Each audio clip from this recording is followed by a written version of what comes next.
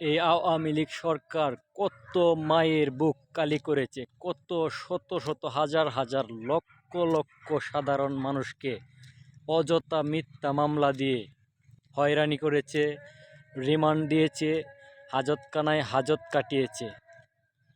এবং এই কুলাঙ্গার ছাত্রলীগ যারা করে, এই কুলাঙ্গার ছাত্রলীগরাও ক্ষমতার বলে কত সাধারণ ছাত্রছাত্রী সহ সাধারণ জনসাধারণ মানুষকে খুন করেছে, গুম করেছে এবং কত ভাইয়ের বোনকে, বাংলাদেশের জনসাধারণের কত মায়ের বুক কালি করেছে। আমার কত বোনদেরকে র্যাপ করেছে, ধর্ষণ করেছে। তারপরে সাধারণ মানুষ থানাতে গিয়ে মামলা পর্যন্ত করতে পারে নাই। দুর্নীতিগ্রস্ত পুলিশ অফিসাররা মামলা পর্যন্ত নেয়নি। তোমাদেরকে বলছি, যারা আওয়ামী লীগের এমপি মন্ত্রী সহ ছাত্রলীগের যারা ভয়ঙ্কর ছিলে, বাংলাদেশি জনসাধারণের অনেক ক্ষতি করেছ, খুন করেছ, গুম করেছ, অত্যাচার করেছ, জেল হাজত কাটিয়েছ, মিথ্যা মামলা দিয়েছ।